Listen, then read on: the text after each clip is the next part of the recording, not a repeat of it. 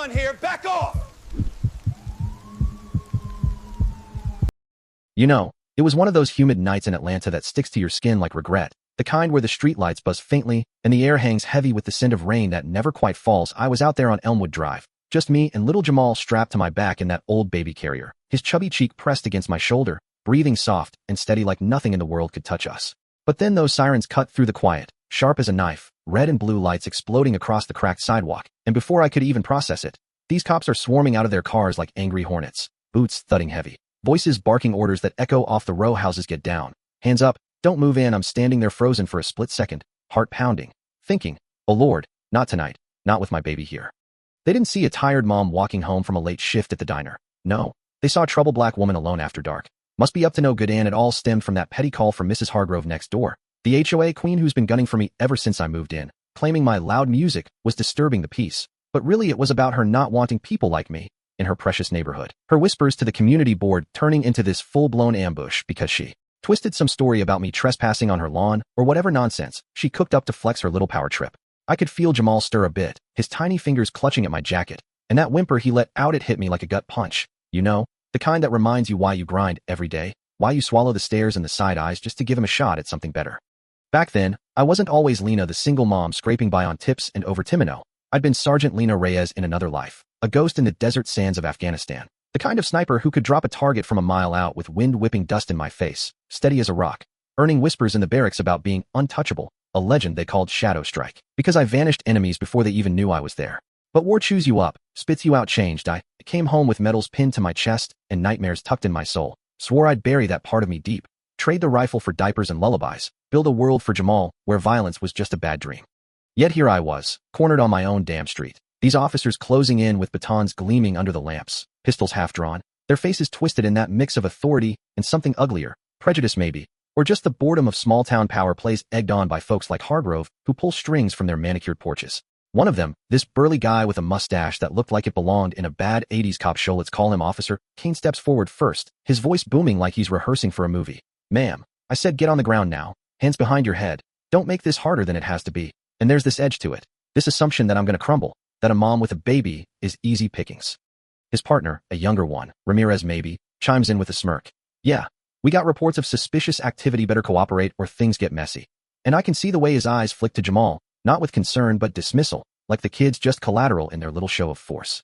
It burned me up inside. That casual cruelty. Hargrove had probably painted me as some thug, feeding into their biases, all because last week I'd stood up at the HOA meeting, called her out for hiking fees on low-income families, saying it was basically redlining dressed up in bylaws, and now here we were, her revenge playing out in real time. I didn't budge, knees slightly bent like back in training, feeling that old fire flicker, not rage exactly, but this calm resolve, the kind that settles in when you've stared down worse than a bunch of badge-wearing bullies. In as Kane lunges with his baton raised, yelling last warning. I twist just enough, my hand snapping out to grab his wrist mid-swing, flipping him off balance with a move I'd practiced 1,000 times in the dust, sending him stumbling into the curb with a grunt that was half surprise, half humiliation. The others freeze for a beat, eyes wide like they've seen a ghost, and Ramirez blurts out, "What the backup? We need backup now." Over his radio, his voice cracking a little, that smirk wiped clean as he fumbles for his gun. I could hear the chatter spilling back, suspect resisting, armed and dangerous, and it was almost funny, in a dark way, how quick they flipped the script, turning a mom into a menace because I wouldn't play victim.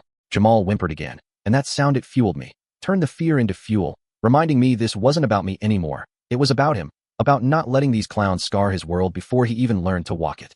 Another officer, this wiry woman named Ellis, circles to my left, her pistol steady but her breath shaky, snarling. "You think you're tough? Put the kid down and face us like a real threat." And there's this miffed tone, like she's personally offended I dared to fight back, probably, because in her mind, folks like me are supposed to fold, supposed to know our place, especially after Hargrove's poison whispers about troublemakers invading the block. But I wasn't folding. I pivoted smooth as silk, disarming her with a quick sweep, her gun clattering to the pavement, and she stumbles back, cursing under her breath. "Bitch, you're gonna regret that." Her face flushing red with rage and embarrassment, the kind that comes when your ego gets bruised in front of your buddies. By now, the streets waking up, porch lights flicking on, neighbors peeking through curtains, and there's old Mr. Jenkins from across the way, hollering from his stoop. "Hey, leave her alone.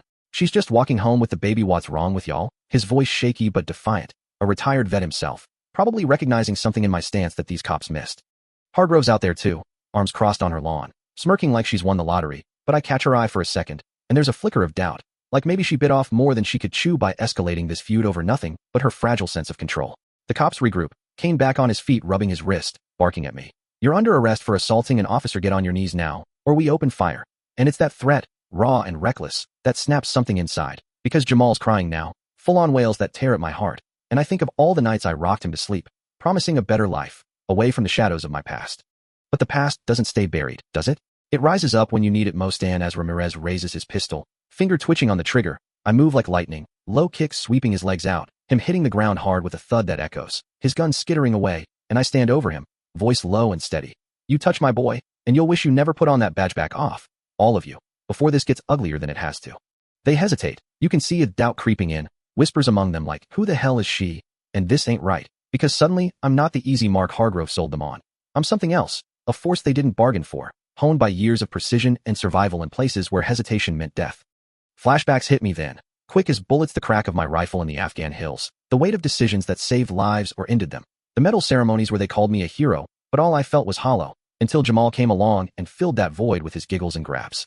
Ellis scrambles for her radio, yelling for more units, and sure enough, sirens wail closer, helicopters chopping the air overhead, turning our quiet block into a war zone, lights flooding everything, bullhorns blaring, stand down, suspect. And the crowd's growing, phones out, filming every second, chants starting up like, let her go, justice now, from folks who've had enough of this crap, neighbors like Jenkins joining in, even some kids from down the street yelling support.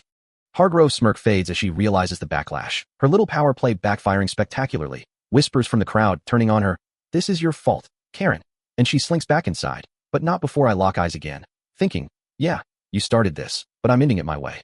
The tension's electric now, cops forming a tighter ring, but their confidence is cracking. Kane's barking orders, but his voice wavers, Ramirez on the ground groaning, Ellis looking like she wants to bolt in. I stand tall, Jamal calming a bit against me, as if he senses the shift. One more lunge from a new arrival, this hotshot rookie charging with baton high, screaming freeze, and I sidestep effortless, twist his arm just enough to drop him without breaking it, whispering as he falls, go home to your family, kid, this ain't worth it. A touch of mercy mixed with the steel, because deep down, I know not all of them are monsters, some just caught in a system that chews them up too, blinded by calls like Hargrove's that stoke fears and divisions. The helicopter spotlight pins us, wind whipping debris around, and the commander on the bullhorn booms, this ends now, surrender, or we take you down. But the crowd's roar drowns him out, phones capturing the injustice, turning this into something bigger, a viral moment that exposes the rot in our community, the way HOA tyrants like Hargrove manipulate the law to keep order, which really means keeping folks like me out. And in that chaos, I feel a surge of something profound, not just survival, but defiance, like all those buried battles are rising to say enough. For Jamal, for every mom who's ever been profiled, for the vets who come home to fight new wars on their own streets. The cops falter, one by one lowering weapons as the crowd presses in, chants growing to a fever pitch, back off. She's a hero, and Jenkins pushes through, standing beside me, his old voice firm. I served with folks like Ariel are the ones out of line. Hargrove's house goes dark, her retreat a small victory, but the Real win is the doubt in their eyes, the realization that power isn't in badges or batons, it's in standing unbowed. Backup arrives, but hesitates, the scene too hot, too public, and slowly they back down, Kane muttering threats but retreating to his car, the night dissolving into murmurs and flashes as folks surround me, clapping backs, offering water, Jamal cooing now like it's all a game. But here's where it gets tricky. You see, did I go too far, turning a misunderstanding into a standoff, or was it justified, pushing back against a system rigged from the start? The next day, videos blow up online. Hargrove facing backlash from the community she lorded over, calls for reform in how these petty disputes get handled, but me? I'm left wondering if that fire I unleashed will protect Jamal, or pull him into shadows I tried to escape. It's messy, real life always is no tidy endings, just questions that linger. What do you think, was I right to fight back like that, or should I have played it safe for my boy's sake? Drop a comment below, share your take on justice in neighborhoods like this, those hidden biases that spark these fires. Have you dealt with HOA drama, or cop calls gone wrong? Hit like if this hit home, subscribe for more stories that cut deep, and let's talk about how we change this crap, one conversation at a time.